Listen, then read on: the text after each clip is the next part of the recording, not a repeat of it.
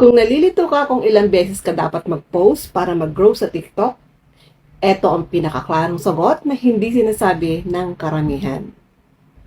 We'll talk sa posting frequency. Gaano kadalas dapat mag-post? Ang goal mo ay hindi madaming post, kundi consistent quality posts.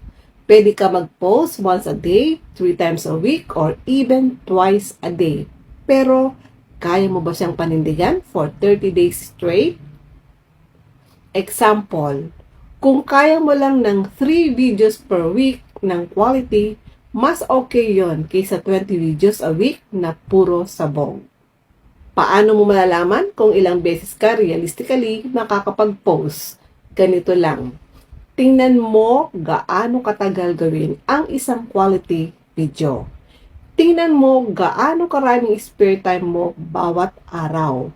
Example, kung 20 minutes mag-shoot, 15 minutes mag-edit, 5 minutes mag-caption equals 40 minutes total per video.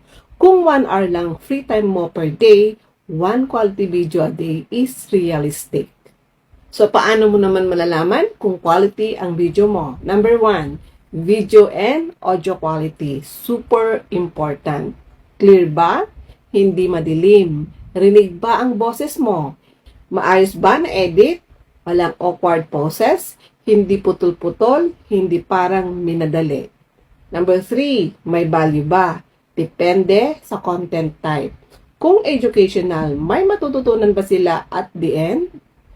Entertainment, may flow bang story? Kung faceless or AI, may silbi ba ito o filler content lang? Number 4, may dahilan ba para panoorin hanggang dulo? Watch time equals buhay ng video. If walang hook, walang kwento, walang payoff, is dead.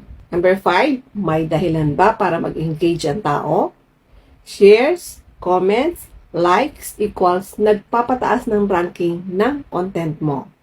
Ito ang totoong sekreto ng consistent posting. Kapag alam mo kung gaano katagal gumawa ng quality video, alam mo na rin kung ilang beses ka dapat mag-post. At hindi ito tungkol sa pag-spam. Hindi mo kailangan gumawa ng 100 videos in 1 hour at umasang lalaki ang account mo.